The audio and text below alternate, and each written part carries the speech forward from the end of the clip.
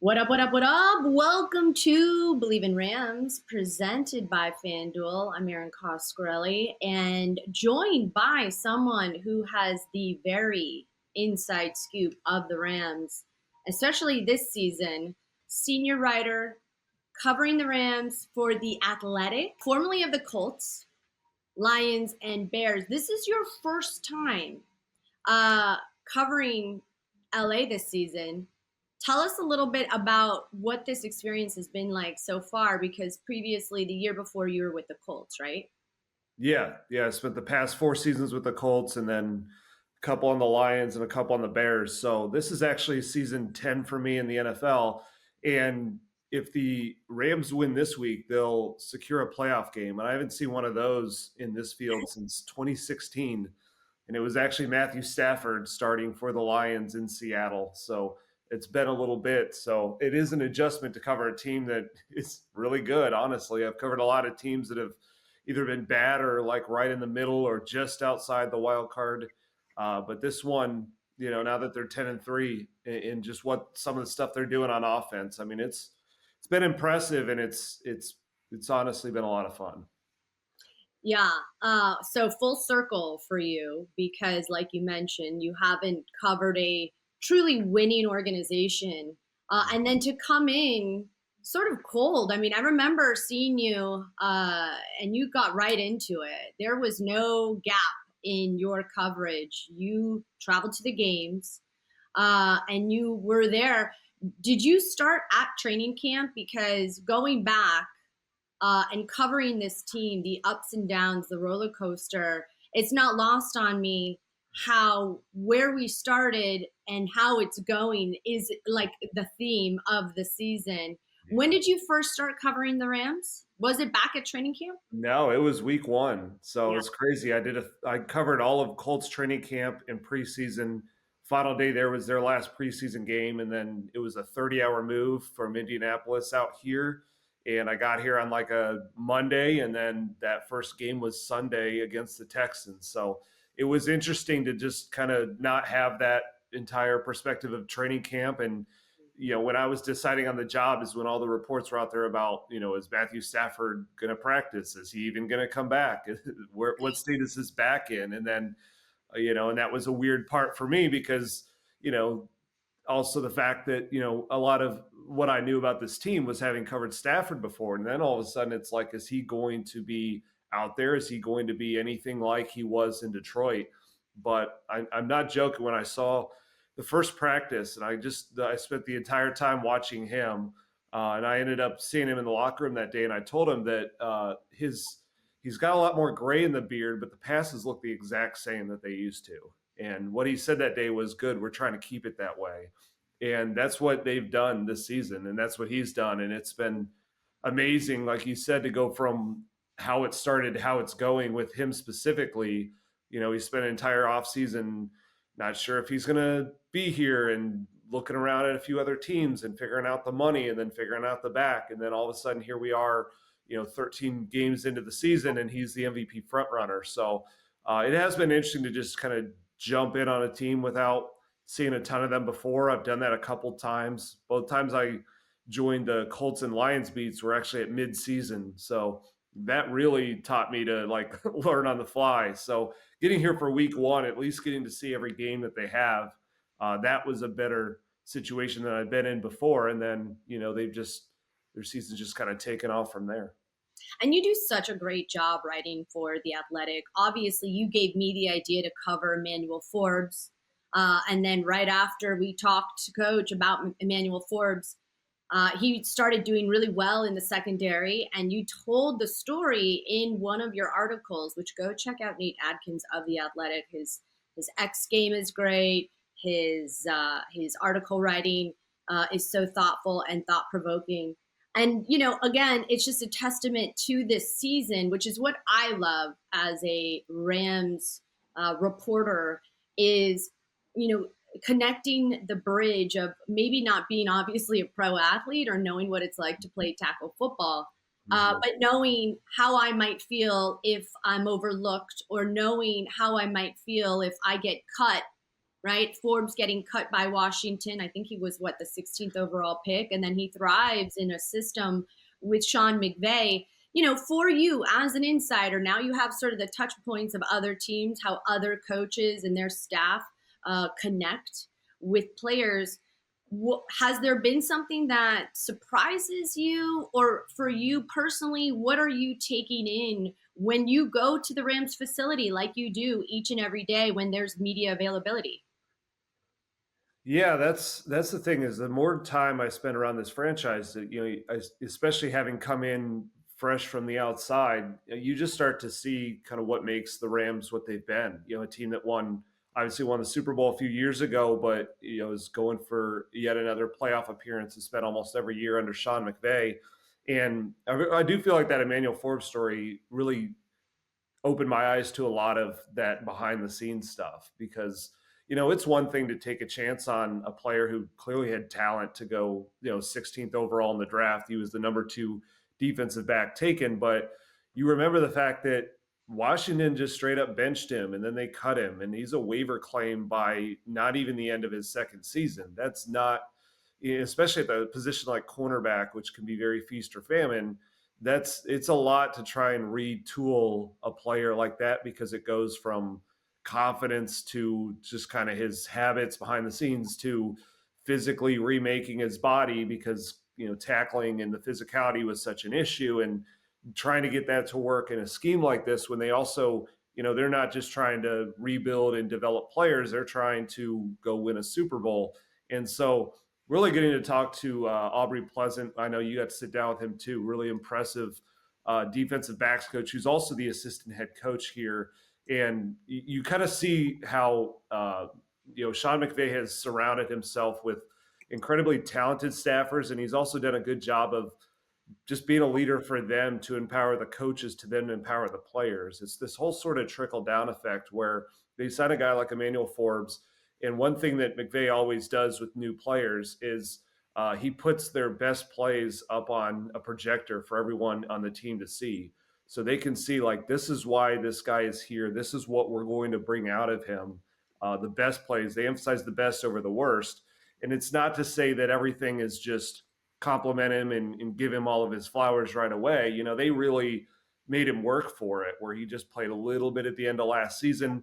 Then he came into this season in a rotation, and and they wanted to frustrate him just a little bit, just to stoke that fire a little bit, while also connecting with him so much off the field. That's a big part of how Aubrey Pleasant does this, is really getting into the minds and hearts of the players he works with. So that when they do have that opportunity to play a lot, that they're playing with what they call a calm mind. And so a lot of with Emmanuel Forbes, what people kept bringing up was the term PTSD, was how they felt like that was the space he arrived in. And I've seen that in this league. It is really hard to, in this age of social media especially, feel like you had your dreams come true on draft night and everyone in your family explodes and everyone in your life is reaching out and telling you you've made it. And then to struggle and flat out fail as much as he did on a big stage like a Washington playoff team, and then get cut and have to work his way back. There's some players that just aren't able to handle that, or at least don't handle that quickly enough when they're only like 23 or 24 years old. So it's a massive undertaking for them to go after players like that, but it works enough here. The two of the biggest stories I think on this Rams defense are Emmanuel Forbes and Nate Landman. And Mm-hmm. Nate Landman was a somewhat similar case. He was an undrafted player, so he wasn't that same backstory, but he was a starter in Atlanta and they didn't bring him back, and he had shoulder surgery and nobody wanted him in the offseason. Really, he signed a minimum contract, but same deal. They put his plays up on the projector of him punching the ball out. They emphasized that. They encouraged him to be that for them.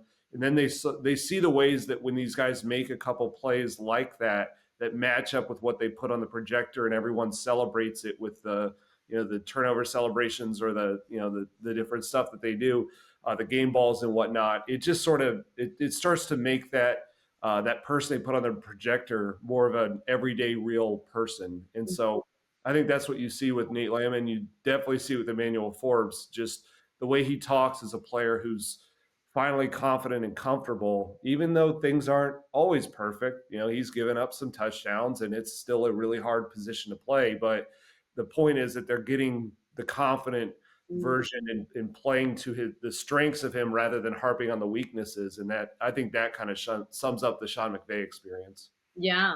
And it's from every angle. I love that you touched on that. It's almost like he is a master class at sports psychology, like you said, bringing out the best. Whether it's a Devonte Adams who comes from, a couple of places where he says dark cloud hanging over the building, and they give him a huge contract. They end up making a risky move. They let go of Cooper Kupp. He's beloved here in LA. And then you have to navigate Matthew Stafford, who's not throwing a ball at all in camp.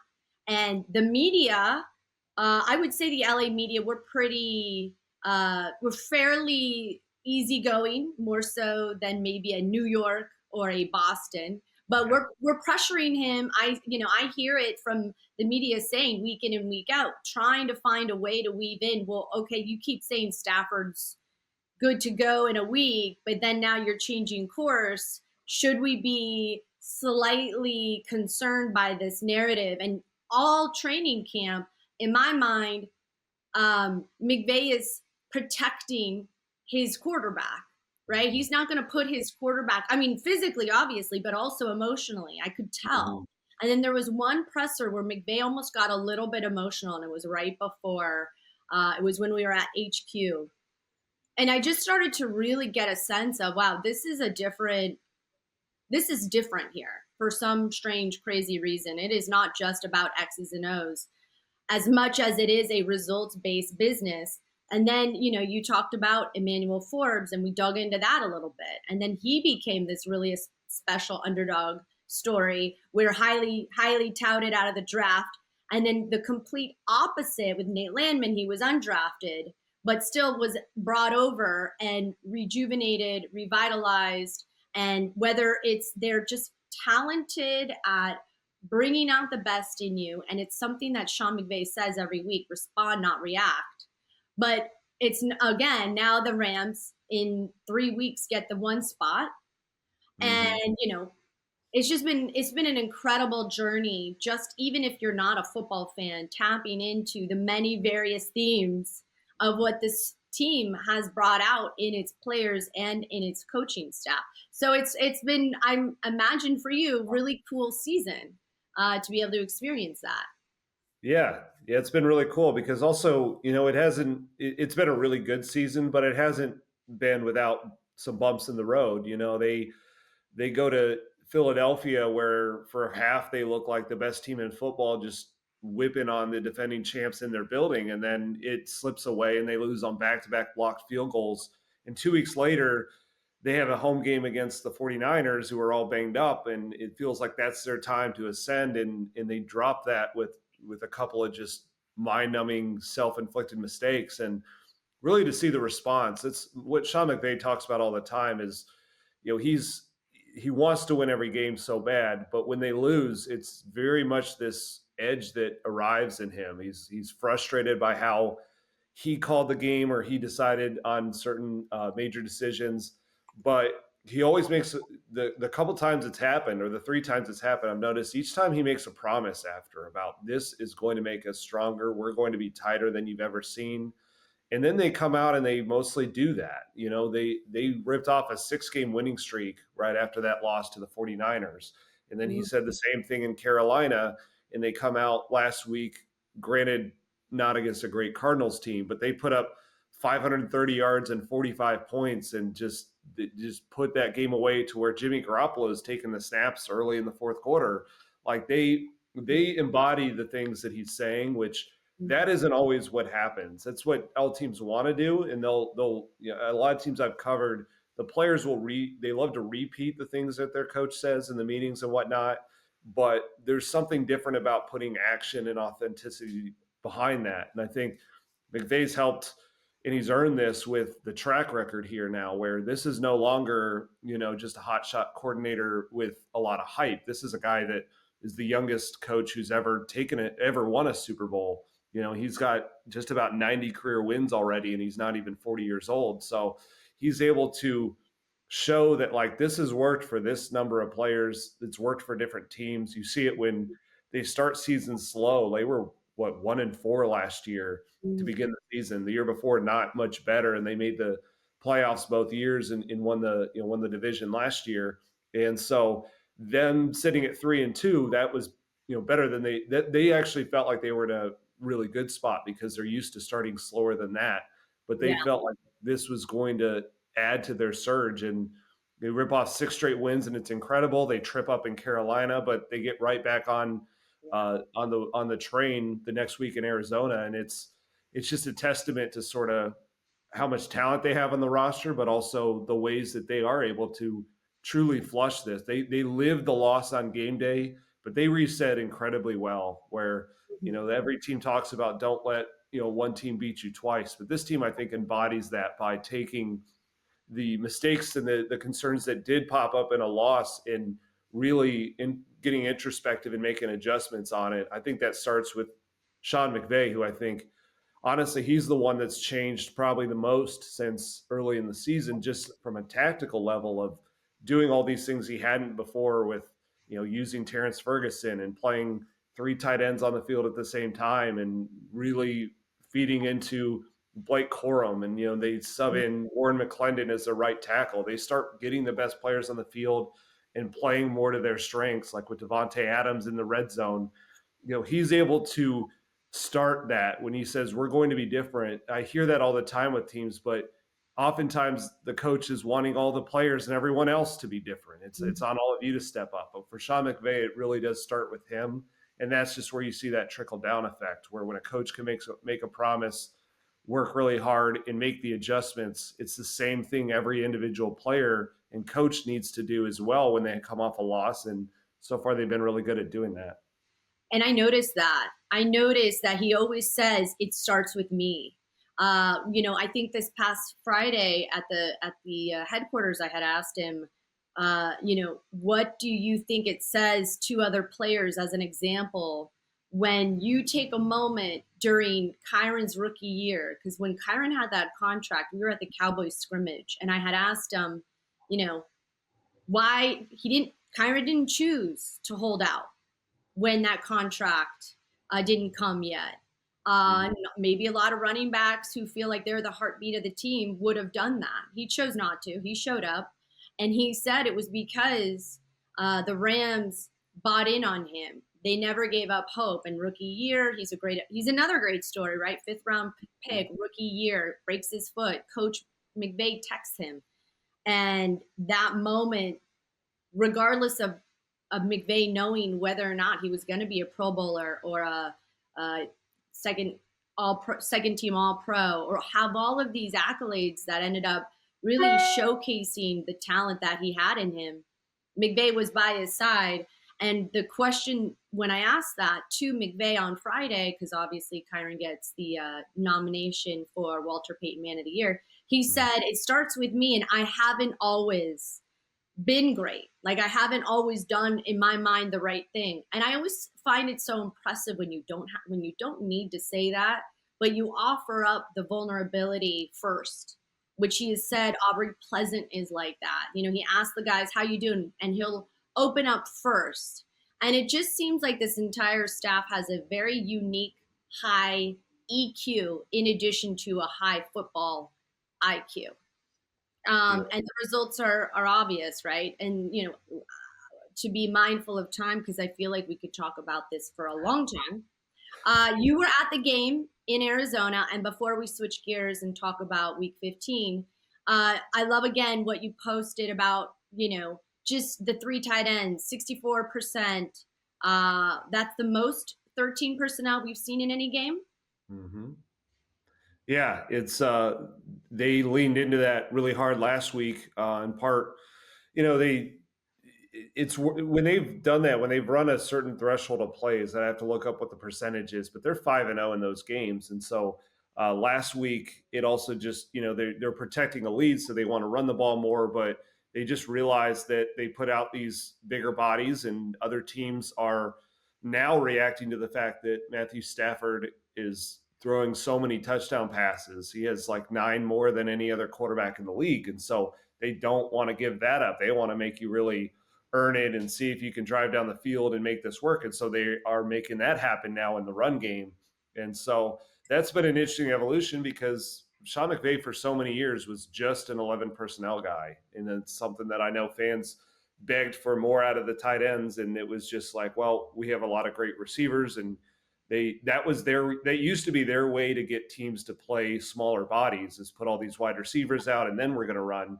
They're realizing there's a way to do it with tight ends because they have a guy like Terrence Ferguson they drafted in the second round who really is a wide receiver skill set, but he's got the size and the experience a little bit to play tight end. And that was a mystery early in the season, was how do they get him on the field when he's still really developing as a blocker? And that can be hard when you put him in line against defensive ends. The 13 personnel has let them kind of fit him in, where he's just one of 3 tight ends out there. He's often on the side with another, tight end, whether it's Colby Parkinson or Davis Allen or sometimes Tyler Higbee, these veterans that he can lean on and just kind of be a help blocker rather than, a guy that gets exposed. And then what you end up doing is you give a quarterback like Matthew Stafford all this information pre-snap, where he can look out there when they've got 3 tight ends and he says, okay, if you put out a bunch of defensive backs, we can run the ball and we're going to run really well. If you try to counter that with some, linebackers and bigger bodies, we can go play action. And he just always seems to know which of those tight ends is going to be open. He's thrown 10 touchdown passes already to the tight ends. So even though they're not household names yet, as Terrence Ferguson's developing, they're making the plays when they're there. And so that's been a cool compliment. And it works because also they have Devontae Adams and Puka Nacua. And so when they do go back to pass, teams are terrified about what Devontae's going to do in the red zone or what Puka's going to do down the field. It's just all kind of come together. And it's this nice match of the synergy of McVay and Stafford. That's what you see come through all the time. McVay's game planning, he's putting the calls in. Stafford sees the information, the mismatches before it, and then they have the players to get it done. And that's why I think right now their offense it's got to be in about the best place it's ever been under Sean McVay, at least in the balance of the run and the pass. Sunday was the first time that they've had 3 passing touchdowns and 3 rushing touchdowns in a game since the Greatest Show on Turf days with Kurt Warner and Marshall Faulk and all those other guys. And so that speaks volumes, I think, as to how well this is working. It's insane. It is it's crazy. I want to be mindful of time, but and by the way, same week, Puka puts on a clinic right before we jumped on. It was named he's the NFC Offensive Player of the Week. Mm-hmm. And like we mentioned, Rams are now in that 1 seed. Before we get to Detroit, quick sound bites on, do you think Stafford for sure will come back next year? I can never say for sure because with an older quarterback, because I've been down this road a little bit before. When Matt Ryan got to Indianapolis, we thought that was a 2 to 3 year thing, and then it just blew up. Largely, it was performance based, but largely because he threw his shoulder out. And so every week for me, I'm watching to see kind of how Stafford ages, and so far it's been incredible. So, I mean, the way he's playing right now, it would be pretty shocking to not keep this going, not want to keep it going. You never know if there's a scenario where, if they can win the Super Bowl, does he look at that as that's the perfect time to go out? Or does he look at that as, why would you stop now if you have a MVP or near MVP season and then you can go do that in the postseason? He's playing at the highest level he ever has. He's having the most fun he's ever had. So as long as they keep that part going, and I'm pretty sure he'll play well. It's keeping him protected and healthy, and they've done an amazing job at that, where I think he took 2 quarterback hits on Sunday and no sacks against the Cardinals. The offensive line has really stepped up. They're designing an offense to keep those hits off. And when he does get pressure, he is really just trying to scramble to throw it away or just dirt the ball. Like, they are doing everything to keep this alive and keep this good thing going. So I'd say it's incredibly likely he'll be back next year, but you just have to see how each hit goes on him and how and just see where he's at after however the season ends up. But he's having as much fun as he's ever had. And when Stafford's in that place, he tends to want to keep it going for a long time. Okay, so the memo is keep having fun. Make sure Stafford and McVay keep having fun moving forward. Got it. Duly noted. Really quickly, too, before we get into Detroit, sorry, guys, there's just so much to cover with Nate Atkins of The Athletic. The Rams are So, his feet. Chris Shula leaving? Yes or no? I think that's getting more and more likely as we see, some of these openings that more are going to pop up. There's already a couple out there right now, and it's the fact that Sean McVay has such a tree at this point, and it's gotten guys on both sides of the ball head coaching jobs, and two defensive coordinators of his have done that with Brandon Staley and Raheem Morris. Now, granted, those have not gone necessarily the best with their next teams. But Chris Shula, what he's doing right now that's catching a lot of people's attention around the league is the fact that the Rams have the lowest paid defense in the NFL. And he's doing this in he had to coach most of the season so far without his number one outside corner and Akella Witherspoon. He's coaching right now without what I would argue is the best player they have on defense in Quentin Lake. And you're just seeing a mix of creativity, but also a lot of the lessons he's carried over from Sean McVay, who he's known forever, with some of that culture building and positivity. And so I think if the Rams continue to, if they're able to be one of the best teams in the league, the defense is going to continue to be a part of that.